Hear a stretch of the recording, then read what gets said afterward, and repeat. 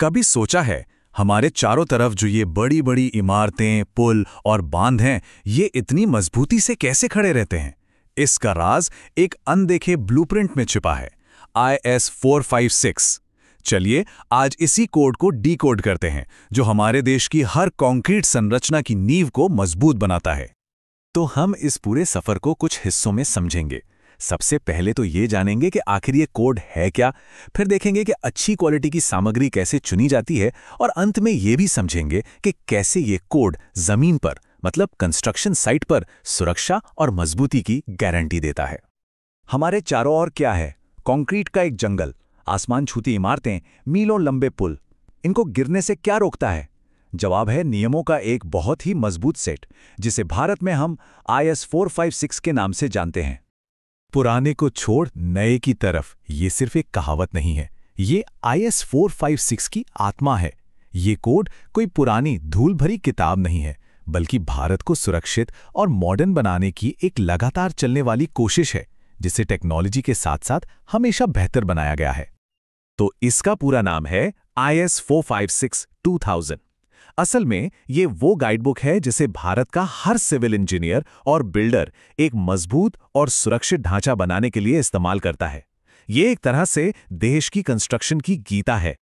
एक अच्छी इमारत बनाना, पता है, एक अच्छी डिश बनाने जैसा है। इसकी शुरुआत हमेशा सही और बढ़िया क्वालिटी की सामग्री से होती है। तो आइए देखते हैं कि IS 456 कंक्रीट की इस रेसिपी के लिए कौन सी सामग्री जरूरी बताता है। कोड हर चीज के लिए एक स्टैंडर्ड सेट करता है। सीमेंट, जो कंक्रीट का गोंद है, एग्रीगेट यानी गिट्टी और रेत, जो इसकी ताकत है, और हाँ, सरिया यानी स्टील की छड़ें, जो इसे खिंचाव में मजबूती देती हैं। हर एक चीज की क्वालिटी पहले से तय है। अब देखिए ये कोड कितना ज्यादा डिटेल्ड है, मतलब कंक्रीट में इस्तेमाल होने वाले पानी की शुद्धता तक को ये कंट्रोल करता है। ऐसा क्यों? क्योंकि क्लोराइड जैसी जरा सी भी अशुद्धि स्टील की सरियों में जंग लगा सकती है और पूरी की पूरी बिल्डिंग को अंदर से खोखला कर सकती है। अच्छा, तो सही सामान चुन लिया, पर कहानी यही खत्म नहीं होती। कोड ये भी बताता है कि उसे मिलाना कैसे है, सही जगह पर डालना कैसे है, और सबसे जरूरी, उसे क्योर कैसे करना है, मतलब उसे पानी से तर रखकर अपनी पूरी ताकत हासिल करने देना। हर एक स्टेप बहुत जरूरी है। कोई इमारत आज मजबूत है, ये तो ठीक है, पर क्या वो 50 साल बाद भी मौसम, बारिश और समय की मार झेल पाएगी? यहीं पर बात आती है टिकाऊपन यानी ड्यूरेबिलिटी की, और ये कोड का एक बहुत ही महत्वपूर्ण हिस्सा है।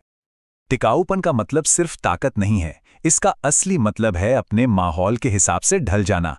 क्या इमारत समुद्र के किनारे की नमकीन हवा का सामना कर सकती है, या किसी इंडस्ट्रियल एरिया के प्रदूषण का? कोड इन सभी चुनौतियों के लिए डिजाइन तैयार करवाता है।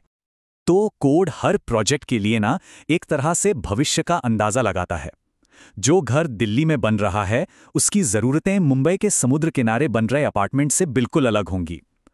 कोड इन अलग अलग जोखिम यानी एक्सपोजर लेवल के हिसाब से कंक्रीट का डिजाइन तय करता है। और ये नंबर 3020 ये दिखाता है कि कोड असल में काम कैसे करता है। समुद्र के पास जैसी गंभीर जगहों के लिए कोड कहता है, भाई ज्यादा सीमेंट इस्तेमाल करो। क्यों? ताकि कंक्रीट ज्यादा घना, मतलब डेंस बने, और नमी और केमिकल्स को अंदर घुसने से रोक सके। इससे बिल्डिंग की उम्र कई गुना बढ़ जाती है। तो हमारे पास बढ़िया मटेरियल है और टिकाऊपन का प्लान भी तैयार है।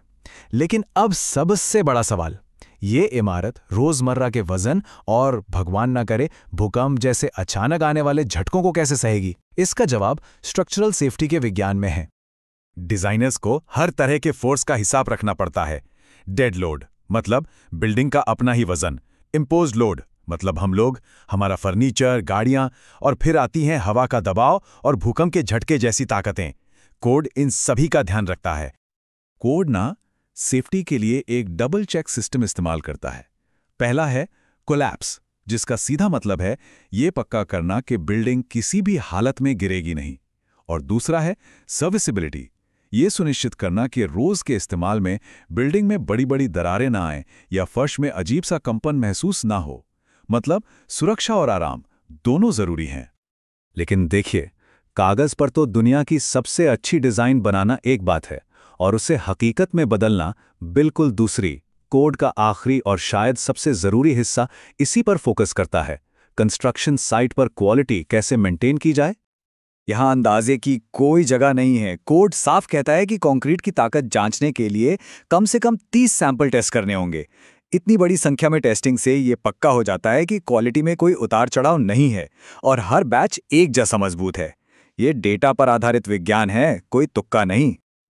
और आखिर में कोड हमें एक बहुत ज़रूरी बात याद दिलाता है। ये कोई जादुई किताब नहीं है, ये एक टूल है, एक औजार है, और इसे चलाने के लिए कुशल इंजीनियर और अनुभवी सुपरवाइजर की ज़रूरत होती है। सही लोगों के हाथ में ही ये कोड कागज़ से हकीकत में एक सुरक्षित इमारत बनता है। S456 कोई पत्थर की लकीर नहीं है। ये एक जीता जागता डॉक्यूमेंट है जो हमेशा विकसित होता रहता है। जैसे जैसे भारत भविष्य के लिए निर्माण कर रहा है, स्मार्ट शहरों से लेकर नई पीढ़ी के इंफ्रास्ट्रक्चर तक, ये कोड भी उसके साथ साथ विकसित होगा। तो सवाल यह है कि कल की चुनौतियों का सामना करने के लिए इसमें अगला बड़ा बदलाव क्या होगा? ये वो अनदेखा ब्लूप्रिंट है जो हमेशा हमारे भविष्य को आकार देता रहेगा।